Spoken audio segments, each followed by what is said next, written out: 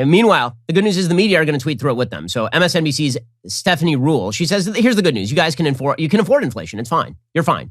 Stop whining. But you have to put all this in perspective. This inflation is not in isolation, and the government predicted it was going to be a challenging recovery all tied to COVID. So it's why you see things like that expanded child tax credit. You've got the families of over 60 million kids on average getting $430 a month. For people on fixed incomes, older people on Social Security, they're getting those fixed payments adjusted next year up 5.9%. For inflation. And the dirty little secret here, Willie, while nobody likes to pay more, on average, we have the money to do so. Okay, on average, we don't. Wages are not rising as fast as inflation is. Everyone knows it. But you know what? When you got to push the agenda, you got to push the agenda. Okay, so there are unforeseen consequences to the kind of democratic behavior that we are seeing right now. Hilariously, there's only one group of people who are really benefiting from the inflation, and it's state and local governments. Okay, so state and local governments are raking in the tax dollars. According to the Wall Street Journal, one irony of inflation is that while it's bad for working Americans, it's great for the government. Tax revenues soar as nominal profits and incomes rise. And for evidence, simply look at the boom in state and local government coffers. They've rarely had it so good, but don't expect them to be frugal spenders. Overall, state and local government receipts, including federal aid, were 23% above pre-pandemic levels in the third quarter through September, thanks to Congress's gusher of spending and the strong economic recovery, according to the Committee for a Responsible Federal Budget. Property, corporate sales, and individual tax revenue from the third quarter of 2020 through the second quarter of this year is running 18.3% above the same period 2 years ago. How many Americans have seen their incomes rise almost 20% over the last 2 years? Like a lot of us? Progressive states are doing especially well. They're whining about how they don't have enough money. They have plenty of money. State and local tax revenue in New York is running $13.3 billion. That's 21.3% higher for the current fiscal year that began in April over the same period in 2019.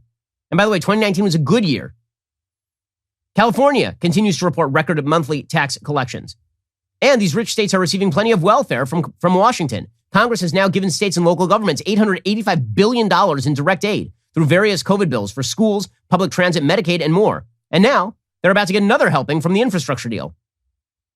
Remember last year, the states were saying they were going to go bankrupt? Yeah, it was all a lie. It's not true. And, of course, the federal government is about to dump $4 trillion more in if they get Build Back Better passed. You can see why so many Democrats are in favor of all of this. There's only one problem. It completely destroys economic innovation. It completely destroys the ability of people to invest. So great exchange, hilarious exchange between Bernie Sanders and Elon Musk on Twitter yesterday. So Bernie Sanders did his usual thing. Okay, Bernie Sanders does this thing on Twitter where he says, the world is full of unfair things that happen all the time. I like fair things, and I don't like unfair things. Unfair things are bad. Bad things are bad. And then everybody they go, yay, Bernie, woo! Okay, so that is Bernie's Twitter account. So Bernie tweeted out, we must demand that the extremely wealthy pay their fair share, period, and bring me pudding. We must demand the extremely wealthy pay their fair share. Now, we've discussed ad nauseum on this program how much the wealthy pay in the United States, and it's all net income taxes in the United States, like all of it. Okay, but there's only one problem. When you tell people they have to pay their fair share, and when Bernie Sanders says fair share, he means pretty much everything. Everybody knows. So Elon Musk tweeted out, I keep forgetting you're still alive.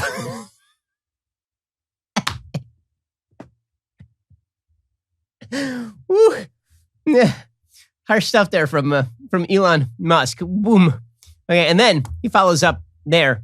He follows up on that one. And he says, would you like me to sell some more of my stock? Because this is what he did. Right? He says, want me to sell more stock, Bernie? Just say the word. He says, Bernie is a taker, not a maker. This is correct. Okay, so the Bernie Sanders economic agenda, the Democratic economic agenda, hurts the economy. It makes inflation worse. It creates economic stagnation. They know this, by the way. So they have to come up with an excuse. The excuse they're coming up with for their own failed economic policy is alternatively, apparently, Kamala Harris, who's just being taken and sacrificed to the great gods of Joe Biden's political ambition, or COVID, right? They keep blaming COVID. So you had the White House National Economic Council Director, Brian Deese, saying, you know what? All the problems we're seeing right now, they're not Joe Biden's fault. They're COVID's fault. Now, here's the thing. They're not COVID's fault. I know because I live in a state where everybody is going about their daily business like everything is normal because it's normal now. But apparently it's all COVID's fault. Certainly we saw, just as the Delta variant posed real health challenges to the economy. It also had economic impacts. More people were consuming goods at home, watching TV rather than buying a new television, rather than going out to the movies and spending on services. And so that's added to some of the supply chain challenges that we face. But we're seeing these price increases, this inflation globally because of the supply chain challenges associated with COVID. That's why we're going right at attacking those issues right now as well. So great. It's all COVID. They're going directly at the COVID issue. So how are they going to solve COVID? So they said they were going to solve the economy, and they proceeded to basically act like a monkey screwing a basketball. And that is the Biden economic policy, a monkey just going to town on a basketball.